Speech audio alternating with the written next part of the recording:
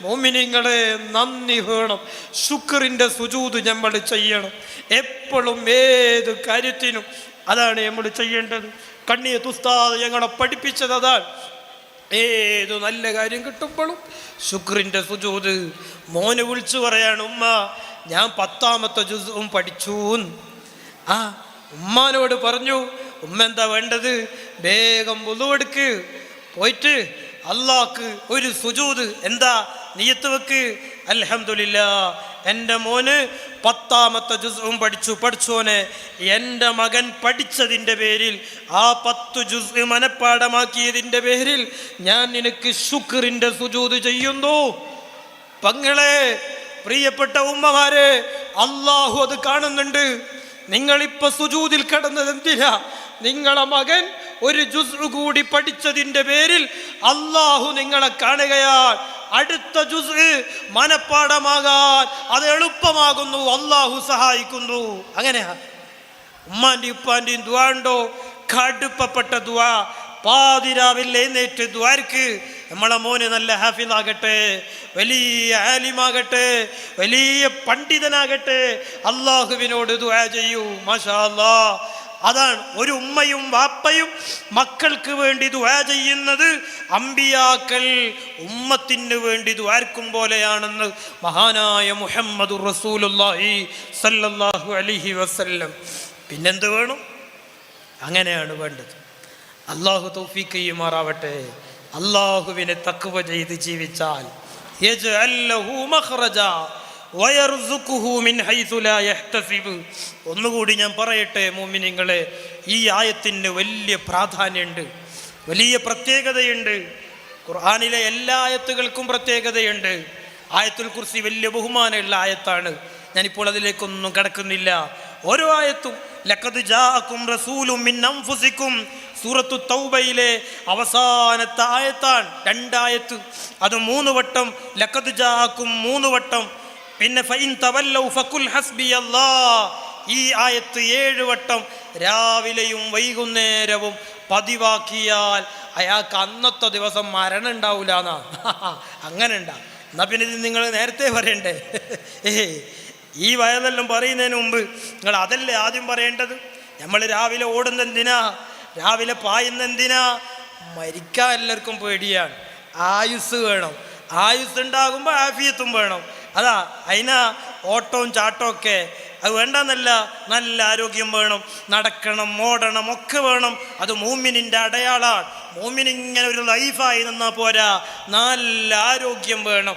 ആരോഗ്യമുള്ള മൂമിനായ മനുഷ്യനെ അള്ളാഹുവിന് വലിയ ഇഷ്ടമാണ്.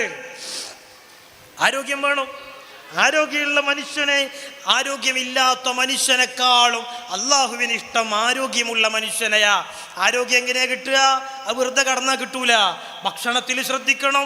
അത് ശ്രദ്ധിച്ചാൽ മാത്രം പോരാ, ശരീരം അനങ്ങണം, ശരീരം കുനിയണം. അള്ളാഹ്ക്ക് ഇങ്ങനെ ചെയ്താൽ പോരെ? നിസ്കാരം എന്നുള്ളത് ഒരൊറ്റ നൃത്തം. അള്ളാഹ് അങ്ങനെ ആക്കിയില്ല.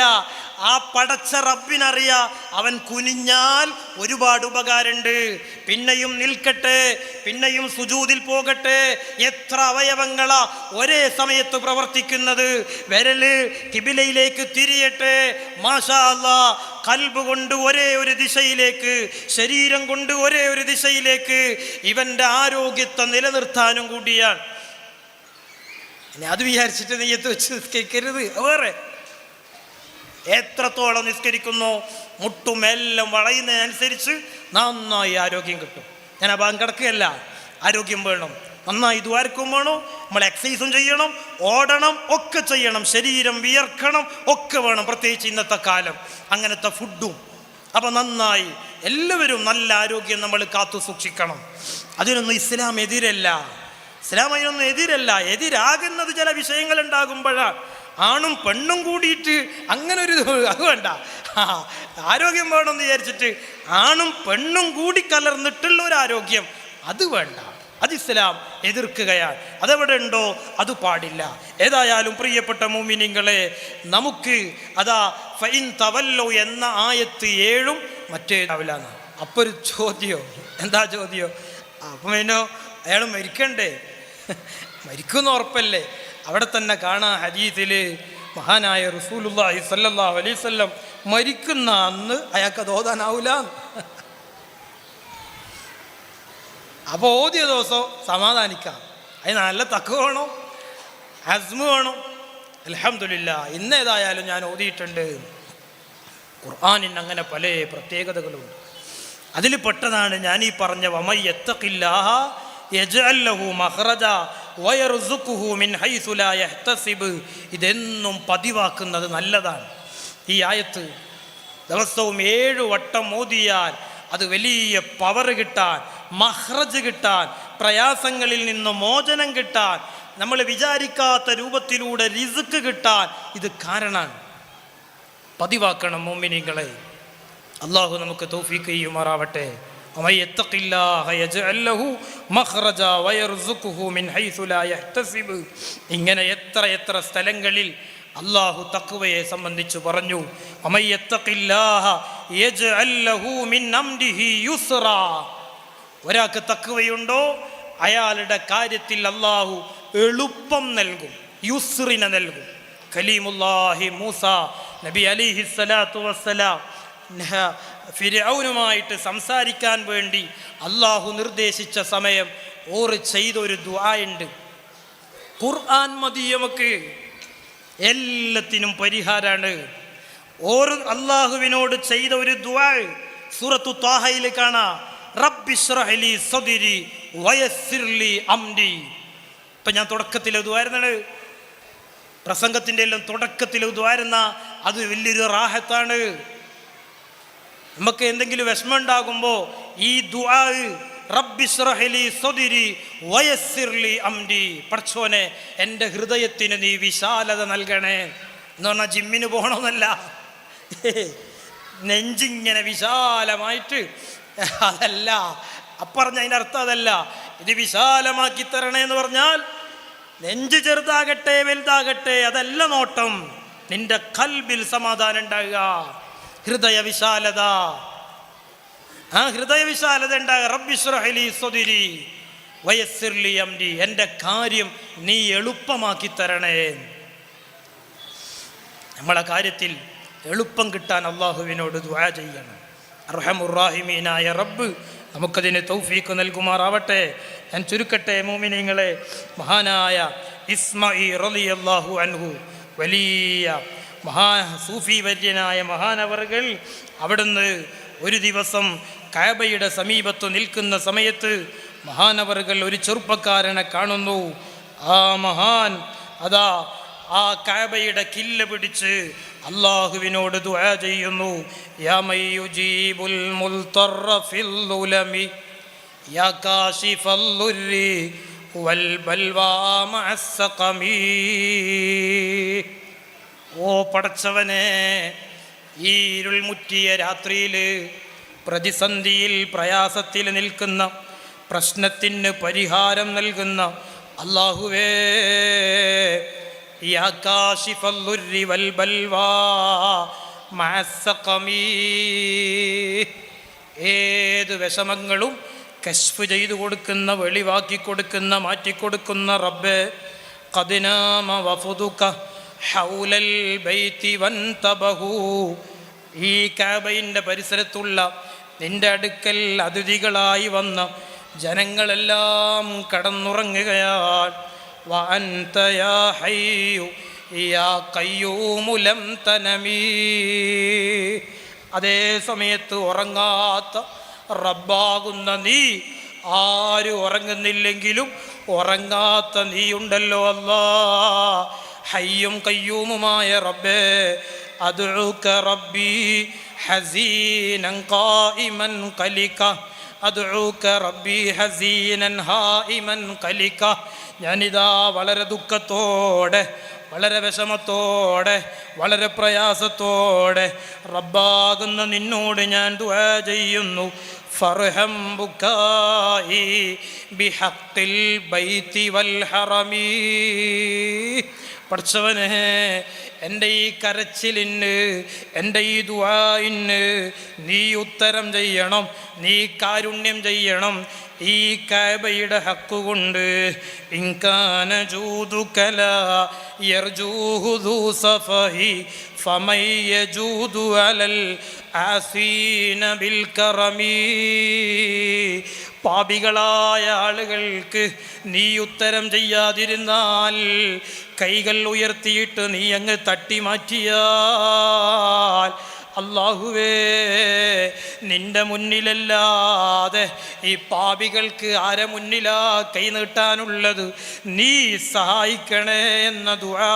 ബക്കാ ബുകാഅൻ ശദീദാ, പൊട്ടി പൊട്ടി കരയുന്നു അല്ലാഹുവിൻ്റെ മുന്നിൽ, കഅബയുടെ കില്ലയും പിടിച്ച്. അല്ലാഹുവേ, പാപികളായ ഞങ്ങൾക്ക് കഅബയുടെ മുറ്റത്ത് എത്താൻ നീ തൗഫീഖ് നൽകണേ റഹ്മാനേ. ഹജ്ജ് ചെയ്യാത്തവരോ ഉംറ ചെയ്യാത്തവരോ ആരെങ്കിലും ഈ മജ്ലിസിലുണ്ടെങ്കിൽ അവിടെ എത്താനുള്ള തൗഫീഖ് നീ നൽകണേ റഹ്മാനേ. ആ മാനുഭാവൻ കഅബന്റെ കില്ലയും പിടിച്ച് പിന്നെയും അല്ലാഹുവിനോട് പൊട്ടി പൊട്ടി കരഞ്ഞു ചോദിക്കുന്നു, അലാ യാ അയ്യുഹൽ മഖ്സൂദു ഫീ കുല്ലി ഹാജതി ശകൗതു ഇലൈകൽ ളുർറ ഫർഹം ശികായതി. പടച്ചവനെ, നിന്റെ മുന്നിലേക്ക് ഞാനിതാ ആവലാതി ബോധിപ്പിക്കുന്നു. എൻ്റെ ഈ ആവലാതി നീയൊന്ന് കേൾക്കണേ. അലാ യാ റജാഇ അൻത തക്ശീഫു കുർബതി ഫഹബിലി ദുനൂബി കുല്ലഹാ വഖ്ലി ഹാജതി. എൻ്റെ എല്ലാ ദോഷങ്ങളും നീ എനിക്ക് പുറത്തു തരണേ. അതൈതു ബിഅമാലി ഖിബാഹിർ റദാറദിഅതി വമാ ഫിൽ വറാ അബ്ദുൻ ജനാക ജനായതി. വാനവർകൾ പൊട്ടി പൊട്ടിക്കരഞ്ഞ് ബോധം കെട്ടവിടെ വീണു. ഇസ്മായിൽ റളിയല്ലാഹു അൻഹു പറയാൻ, ഞാൻ മെല്ലെ അടുത്തുപോയി നോക്കി, ആരാണ് റബ്ബേ ഈ യുവാവ്? കഅബന്റെ കില്ലയും പിടിച്ച് പൊട്ടിക്കരഞ്ഞ് ബോധക്കേടിലായി വീണ് കിടക്കുന്ന ഈ ചെറുപ്പക്കാരനാരാ? മെല്ലെ അടുത്തുപോയി നോക്കുമ്പോ, പ്രിയമുള്ള മുഅ്മിനീങ്ങളെ, ആരായിരുന്നു ആ മഹാനുഭാവൻ? സയ്യിദുനാ അലി ഇബ്നു അബീ ത്വാലിബ് റളിയല്ലാഹു അൻഹുവിൻ്റെ മകൻ, ഹുസൈൻ റളിയല്ലാഹു അൻഹുവിൻ്റെ മകൻ, സൈനുൽ ആബിദീൻ റളിയല്ലാഹു അൻഹുവാ. ഓർക്കെന്തൊരു സ്ഥാനപ്പേരാണ് കിട്ടിയത്! ആബിദീങ്ങളുടെ സൗന്ദര്യം ജീവിതം മുഴുവനും അല്ലാഹുവിന് വേണ്ടി മാറ്റിവെച്ച മഹാൻ തങ്ങളാണ്. വലിയ സയ്യിദാണ്. മുത്തുനബിയുടെ പേരക്കുട്ടിയാണ്. ഫാത്തിമ ബീവിയുടെ പുന്നാര മകൻ. അതാ ഹുസൈൻ റളിയല്ലാഹു അൻഹുവിൻ്റെ മകൻ. എന്തൊരു സ്ഥാനമാണ് റബ്ബേ! ഓറാണ് കഅബന്റെ കില്ല പിടിച്ചിട്ട് അല്ലാഹുവിനോട് പൊട്ടി പൊട്ടിക്കരഞ്ഞു ദുആർക്കുന്നത്. മുഅ്മിനീങ്ങളെ, ഒരു കറാഹത്ത് പോലും അവരുടെ ജീവിതത്തിൽ വന്നിട്ടുണ്ടാകുമോ? ഹറാമ് വരൂലല്ലോ. എത്ര വലിയ സൂക്ഷ്മതയുള്ള ജീവിതമായിരിക്കും. യാ അല്ലാഹ്, ആ മഹാനുഭാവനാണ് ബോധം കെട്ട് വീണ് കിടക്കുന്നത്. ഇസ്മായിൽ റളിയല്ലാഹു അൻഹു മെല്ലെ അടുത്തു പോയി. ബോധമൊക്കെ തെളിഞ്ഞപ്പോൾ മഹാൻ ചോദിക്കുന്നു, സയ്യിദി മഹാദൽ ബുക്കാ, ഇതെന്തൊരു കരച്ചിലാണ്! വൽ ജസ, ഇതെന്തൊരു തേങ്ങിക്കരച്ചിലാണ്! ഇതെന്തൊരു പൊട്ടിക്കരച്ചിലാണ്! വഅൻത മിൻ അഹ്ലി ബൈത്തിൻ നുബുവ, നിങ്ങൾ ബൈത്തുൻ നുബുവ, നുബുവത്തിൻ്റെ മുത്തുനബി സല്ലല്ലാഹു അലൈഹി വസല്ലമ തങ്ങളുടെ അഹ്ലുബൈത്തിൽപ്പെട്ട വലിയ നേതാവല്ലയോ. വമഅദിനി റിസാല, പ്രവാചകത്വം കിട്ടിയ മഹാനായ അഷ്റഫുൽ ഖൽഖ് മുഹമ്മദുർ റസൂലുള്ളാഹി സ്വല്ലല്ലാഹു അലൈഹി വസല്ലമ തങ്ങളുടെ പേരക്കുട്ടിയല്ലയോ. തങ്ങൾ എന്തിനിങ്ങനെ കരയണോ, എന്തിനിങ്ങനെ നിലവിളിക്കണോ? യാ അല്ലാഹ്, ഈ ഒരൊറ്റ ചോദ്യം അങ്ങ് ചോദിക്കുമ്പോ മഹാനായ ഇസ്മാഈൽ റളിയല്ലാഹു അൻഹു വീണ്ടും ചോദിക്കുകയാണ്, അലൈസല്ലാഹു തആല യഖൂലു, അല്ലാഹ് പറഞ്ഞിട്ടില്ലേ ഖുർആനിലൂടെ, ഇന്നമാ യുരീദുല്ലാഹു ലിയുദ്ഹിബ അൻകുമുർ റിജ്സ അഹ്ലൽ ബൈത്തി വയുത്വഹിറകും തത്വഹീറാ. അഹ്ലുബൈത്തിന്, തങ്ങന്മാർക്ക്, സാദാത്തുക്കൾക്ക് വലിയ ബഹുമാനം നൽകിയിട്ടുണ്ട്, വലിയ ആദരവ് നൽകിയിട്ടുണ്ട്. നിങ്ങളെന്തിന് ഭയപ്പെടണം? അള്ളാഹുവിൻ്റെ ഹബീബ് റസൂലുള്ളാഹി സ്വല്ലല്ലാഹു അലൈഹി വസല്ലമ തങ്ങൾ ഇത്രയധികം ദഅവത്ത് ചെയ്തിട്ട് തങ്ങൾ സ്വന്തമായി ഒന്നും ചോദിച്ചിട്ടില്ല, എനിക്കിന്നത് തരണമെന്ന് പറഞ്ഞിട്ടില്ല. ചോദിച്ച ഒരേ ചോദ്യമുണ്ട്, കുല്ലാ അസ്അലുക്കും അലൈഹി അജ്റാ. ഓ മുഅ്മിനീങ്ങളെ, ഞാൻ ഇത്രയും കാലം 23 വർഷം അള്ളാഹുവിൻ്റെ ദീനിന് വേണ്ടി എൻ്റെ പല്ല് പോയിട്ടുണ്ട്, എൻ്റെ ശരീരത്തിൽ മുറിവ് വന്നിട്ടുണ്ട്, ബ്ലഡ് ഒഴുകിയിട്ടുണ്ട്, നാട് വിട്ടു പോകേണ്ടി വന്നിട്ടുണ്ട്, ഒട്ടകത്തിൻ്റെ ചീഞ്ഞളിഞ്ഞ കൊടൽമാല കഴുത്തിൽ ചാർത്തിയിടപ്പെട്ടിട്ടുണ്ട്, ഒരുപാട് പ്രയാസങ്ങൾ നേരിട്ടിട്ടുണ്ട്. ശേബു അബീ ത്വാലിബിൽ ഖദീജുമ്മാനെയും ഫാത്തിമ ബീവിയെയും ഒരുപാട് സ്വഹാബത്തിനെയും കൂട്ടിയിട്ട് അല്ലാ എത്ര ദിവസങ്ങളാ കഴിച്ചു കൂട്ടിയത്. എനിക്കൊന്നും തരണ്ട മക്കളെ, എനിക്ക് നിങ്ങളോട് പറയാനുള്ളത് ഇല്ലൽ മവദ്ദത ഫിൽ ഖുർബാ. എൻ്റെ ഖിയാമത്ത് നാൾ വരെ വരുന്ന എൻ്റെ സന്താന പരമ്പരകളുണ്ട്, എൻ്റെ അഹ്ലുബൈത്ത്, എൻ്റെ തങ്ങന്മാര്, അവരെ ബഹുമാനിച്ചോളണേ, അവരെ സ്നേഹിച്ചോളണേ, അവരാദരിച്ചോളണേ. ഈ ഒരൊറ്റ വാക്ക് മഹാനായ മുഹമ്മദുർ റസൂലുള്ളാഹി സ്വല്ലല്ലാഹു അലൈഹി വസല്ലമ തങ്ങൾ അവിടുന്ന് ഞങ്ങളോട് പറയുകയാണ്. മുഅ്മിനീങ്ങളെ, ഇസ്മാഈൽ റളിയല്ലാഹു അൻഹു ഇതെല്ലാം ഓതിക്കൊടുത്തപ്പോ ആ സൈനുൽ ആബിദീൻ റളിയല്ലാഹു അൻഹു മഹാനവറുകളോട് ചോദിക്കുകയാണ്, ഓ സഹോദരാ, ഹൈഹാത്ത ഹൈഹാത്ത യാ ഇസ്മാഈൽ, ഓ ഇസ്മാഈൽ, നിങ്ങൾക്ക് എങ്ങനെ ഇത് പറയാൻ കഴിയുന്നു? ഇന്നല്ലാഹ ഖലഖൽ ജന്നത ലിമൻ അത്വാഅ. അടിവരയിടേണ്ട വാക്കാണ് മുഅ്മിനെ. എൻ്റെ കൽബിന് മാറ്റം വരണം. താങ്ങിയെടുത്ത് ഇന്നല്ലെങ്കിൽ നാളെ ഈ പറയുന്ന എൻ്റെ കബറാകുന്ന മണ്ണറയിൽ താഴ്ത്തി വെക്കാനുള്ള സമയം എനിക്കറിഞ്ഞുകൂടാ, നിങ്ങൾക്കറിഞ്ഞുകൂടാ, ഇവിടെ ഇരിക്കുന്ന ആർക്കറിയും?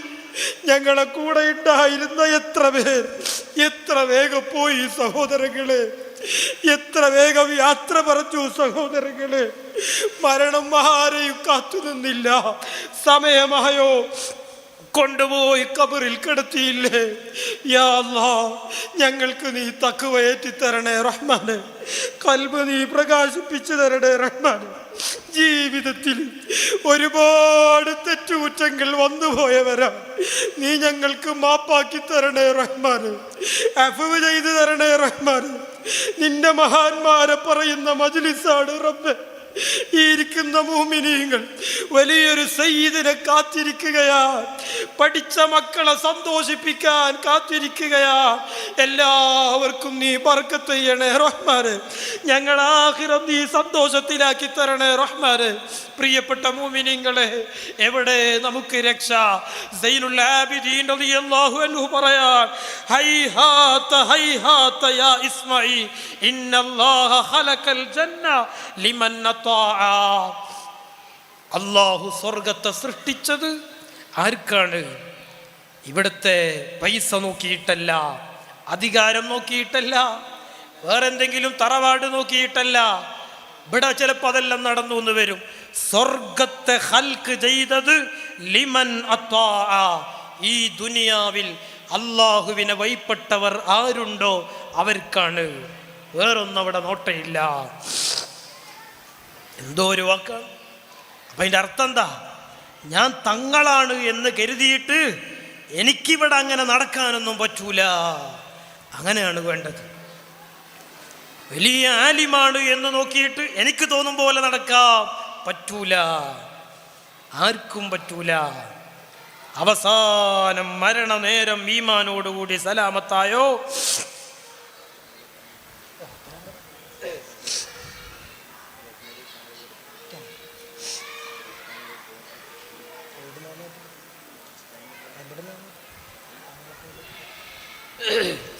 വരാൻ പറഞ്ഞു. മോമിനിങ്ങളെ, ഞാൻ നിർത്തുകയാണ്. തങ്ങൾ ഉസ്താദ് വരുന്നു, നമ്മുടെ കുട്ടികളൊക്കെ വരുന്നു.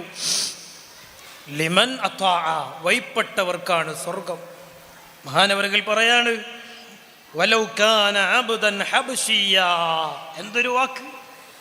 ആ വഴിപ്പെട്ട ആള് സുന്ദരനാകണമെന്നില്ല, അള്ളാഹ്ക്കാവുന്ന നോട്ടമില്ല.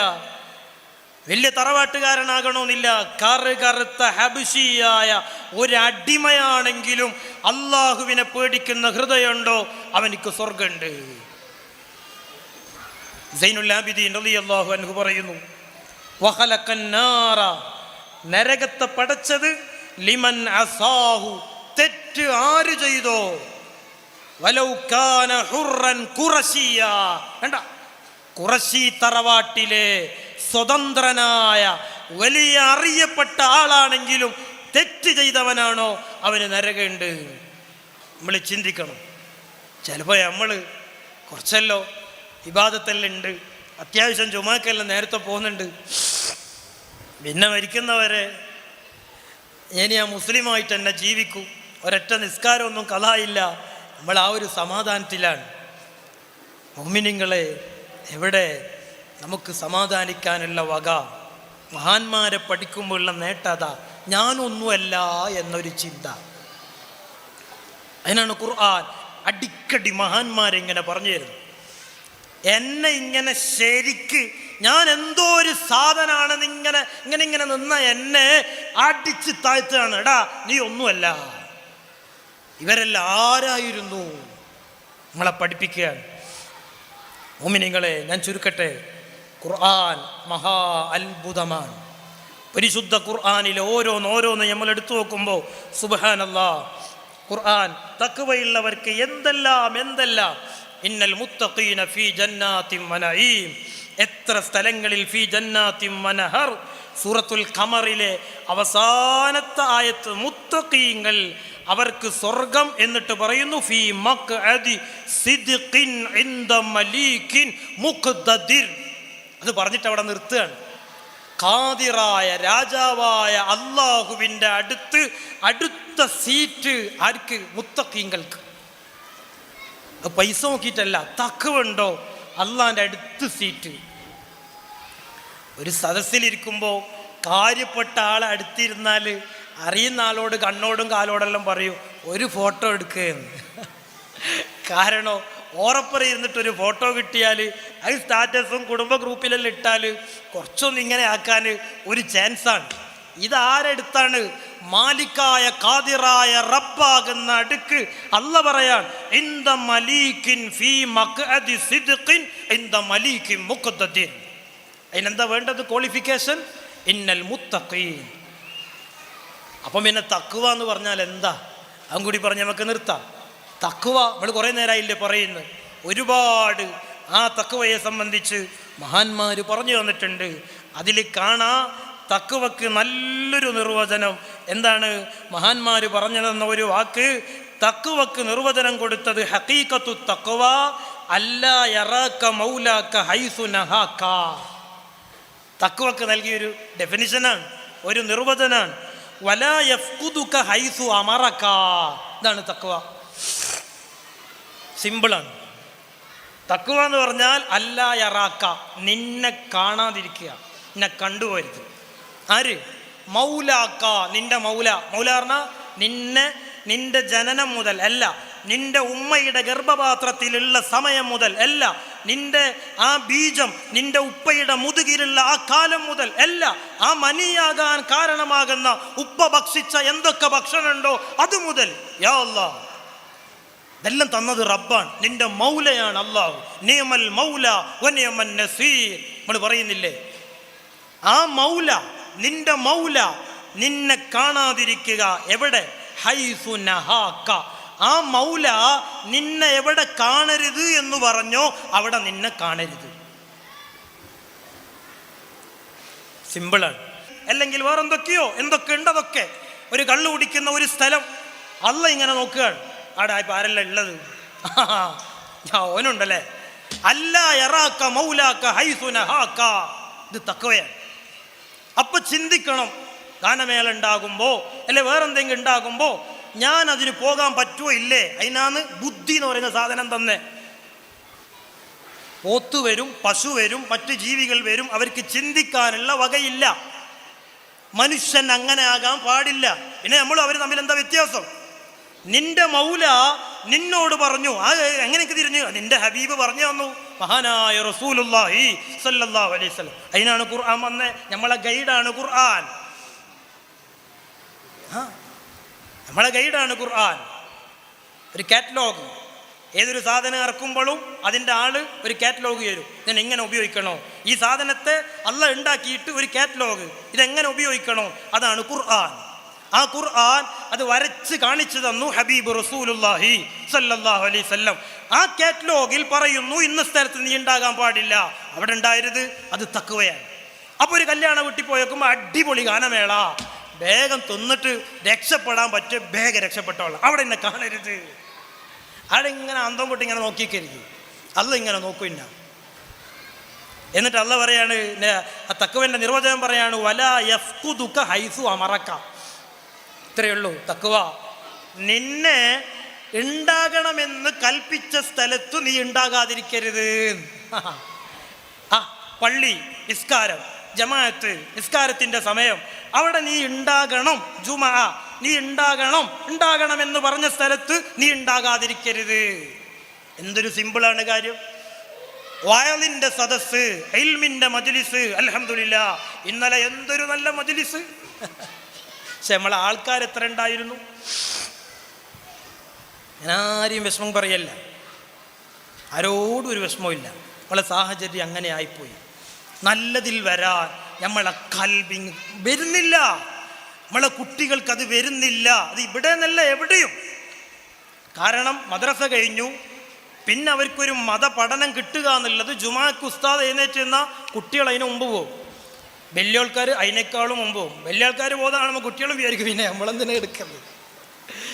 പിന്നെ ഒരു വയലിൻ്റെ മജ്‌ലിസിൽ ചെറുപ്പക്കാരെല്ലാം വന്ന് ഇരിക്കുക എന്ന് പറഞ്ഞാൽ അത് വലിയ സംഭവം തന്നെയാണ്. ഗാനമേളക്ക് പിടിച്ച് അടാ പാടാ, ഗാനമേളടാ ഇറങ്ങി പാടാ, അതിൻ്റെ ആവശ്യമില്ല, ആരും ക്ഷണിക്കേണ്ടയില്ല. അത് ഓട്ടോമാറ്റിക്കായിട്ട് ഇങ്ങനെ ഇങ്ങനെ ഇങ്ങനെ ഇങ്ങനെ ഇങ്ങനെ ഇങ്ങനെ വന്നോളൂ. മറ്റേത് വന്ന് കിട്ടാൻ പണിയാണ്, നല്ല അധ്വാനം വേണം. അടുത്തുള്ളാനും പാടാനും ഒച്ചയാക്കാനും ഒക്കെ നല്ല ബഹുരസമാണ്. മുഅ്മിനീങ്ങളെ ചിന്തിക്കണം. കാലം മാറി, അങ്ങനെയാണ് ഇങ്ങനെയാണ്, ഇങ്ങനെയൊന്നും പറ്റുകയില്ല. ഒന്നുകൂടി ഞാൻ പറയാം, സ്കൂളിൻ്റെ വാർഷികത്തിനൊന്നും ഉസ്താദ് എതിരല്ല. ആരും അങ്ങനെ പറഞ്ഞു തോന്നുന്നത്. ഞാനൊരിക്കൽ ഗാനമേളത്തിന് പറഞ്ഞുതരും, ഉസ്താദിനൊന്നും എതിരല്ല. വാർഷികം കഴിക്കണം. ഇതിപ്പോൾ എൻ്റെ ദർസിൻ്റെ വാർഷികമാണ്. സ്കൂൾ 100 വർഷമായി, ഖങ്കേമമായി വാർഷികം കഴിക്കണോ, എൻ്റെ അഭിപ്രായമാണത്. കാരണം ഇവിടെ 10,000 കുട്ടികൾ പഠിച്ചൊരു വിദ്യാലയമാണിത്. മാഷാ അല്ലാ, എന്തൊരു നല്ല വിദ്യാലയം, നന്നായി കഴിക്കണം. പക്ഷേ നമ്മൾ ഒരു മുസ്ലിം കൾച്ചർ ഉള്ള സ്ഥലമാണ്. അവിടെ നമ്മൾ ചിന്തിക്കണം, ഓരോന്നും വളരെ ശ്രദ്ധയോടെ എല്ലാ കാര്യവും കൈകാര്യം ചെയ്യണം. അത്രേ ഞാൻ ഈ സമയത്ത് ഓർമ്മപ്പെടുത്തുന്നുള്ളൂ. നമ്മളെ കൊണ്ട് ഒരാൾക്ക് ഹറാമ് വന്നു പോകുന്നത് വളരെ ശ്രദ്ധിക്കണം. ഹറാമ് വിഷയമില്ലാതെ കോലത്തിലായി പോവാണ്. ഭാവിയിൽ വന്നേക്കാം എന്ത്. ഇപ്പോൾ നമ്മളെ തീന്മേശയിൽ ചൂടുവെള്ളം, പച്ചവെള്ളം, കുപ്പിവെള്ളം, ചിലപ്പോൾ നല്ല പെപ്സി, ചിലപ്പോൾ 7up, ഇതൊക്കെ കൊണ്ടേക്കുന്നുണ്ട്. വരും കാലത്ത് വന്നേക്കാം. കുടിക്കുന്നവർ കുടിച്ചോട്ടെ, ഒരു കുപ്പി കള്ള്, അത് ഇനി കുടിക്കണ്ട, കുടിക്കുന്നവർ കുടിച്ചോട്ടെ, അത് പ്രശ്നമല്ല. ഇപ്പൊ വന്നില്ലേ ഒരു കാലം, ഒരു അന്യ പെണ്ണും ഒരു അന്യ ആണും അടുത്തുണ്ടാകുക എന്നത് മഹാത്ഭുതമാണ്. അത് ചിന്തിക്കാൻ പോലും ആവില്ല. പക്ഷേ ഇപ്പം എന്തായി, കല്യാണ വീട് അതിപ്പോ നമ്മളെ ഓഡിറ്റോറിയം കൂടി ആയപ്പോൾ ഉസ്താദായാലും ആരായാലും ആവശ്യമില്ല, ആടെ നിന്നോട്ടെ, ഉസ്താദിനും പറയാൻ കഴിയുന്നില്ല. പറഞ്ഞാൽ ഇപ്പം എന്താകുക, ചിലപ്പം വന്നിട്ട് പറയൂ അത് പറയണ്ടേ, അത് പറഞ്ഞാൽ ചിലപ്പം വേറൊരു വിഷയം വരും. യാ അല്ലാ, ഭാവിയിൽ വന്നേക്കാം. നമ്മൾ ഇവിടെ ചിന്തിക്കേണ്ടത് മരണം അന്ന് എങ്ങനെയാണോ അതേ അസ്രായേൽ തന്നെയാണ് ഇപ്പോൾ പിടിക്കുന്നത്, അതേ മരണത്തിൻ്റെ വേദനയാണ് ഇപ്പോൾ ഉള്ളത്. മയ്യത്ത് കട്ടിലേക്ക് മാറ്റമൊന്നും വന്നിട്ടില്ല. 2025 പുതിയ മോഡൽ വണ്ടികൾ പലതും വന്നിട്ടുണ്ട്, കട്ടിലേക്ക് മാറ്റം വന്നിട്ടില്ല. മയ്യത്തിനെ പൊതിയുന്ന കഫൻ തുണി പട്ടാക്കിയിട്ടില്ല, വസ്ത്രത്തിൻ്റെ മാറ്റമോ നിറമോ വ്യത്യാസം ഒന്നും വന്നിട്ടില്ല. ഖബറാകുന്ന മണ്ണ് ഒരു ഇറ്റാലിയൻ മാർബിളോ ഒരു സാധനവും ഇടുന്നില്ല, അതാ പച്ച മണ്ണെന്നെ. അതിനേക്കാളും കൂടുതൽ മരണം നടക്കുകയും ചെയ്യുന്നു. നമ്മൾ സ്വയം ചിന്തിക്കുക, ആഖിറം രക്ഷപ്പെടുത്താൻ നോക്കുക. അള്ളാഹു നമുക്ക് തൗഫീഖ് ചെയ്യുമാറാവട്ടെ. അള്ളാഹു നമ്മുടെ എല്ലാ അമലുകളും കബൂലാക്കുമാറാവട്ടെ. ഈ തഖ്വയെ മഹാന്മാർ നമ്മളോട് വളരെ സുന്ദരമായി നമുക്ക് പറഞ്ഞു തന്നു. ഇങ്ങനെയാണ് തഖ്വയിൽ അധിഷ്ഠിതമായ ജീവിതം മഹാനായ മുഹമ്മദുർ റസൂലുള്ളാഹി സല്ലല്ലാഹു അലൈഹി വസല്ലമ തങ്ങൾ അവിടുന്ന് പറഞ്ഞത് കാണാം. ഇംതിസാലു അവാമിരില്ലാ വജ്തിനാബു നവാഹി. അല്ല എന്ത് കൽപ്പിച്ചോ അത് നമ്മളെ ജീവിതത്തിൽ കൊണ്ടുവരിക, അല്ല എന്ത് വിരോധിച്ചോ അത് ഞങ്ങളിൽ നിന്ന് മാറി മെല്ലെ മെല്ലെ ആ മാറ്റങ്ങൾ നമ്മൾ ഉണ്ടാക്കുക.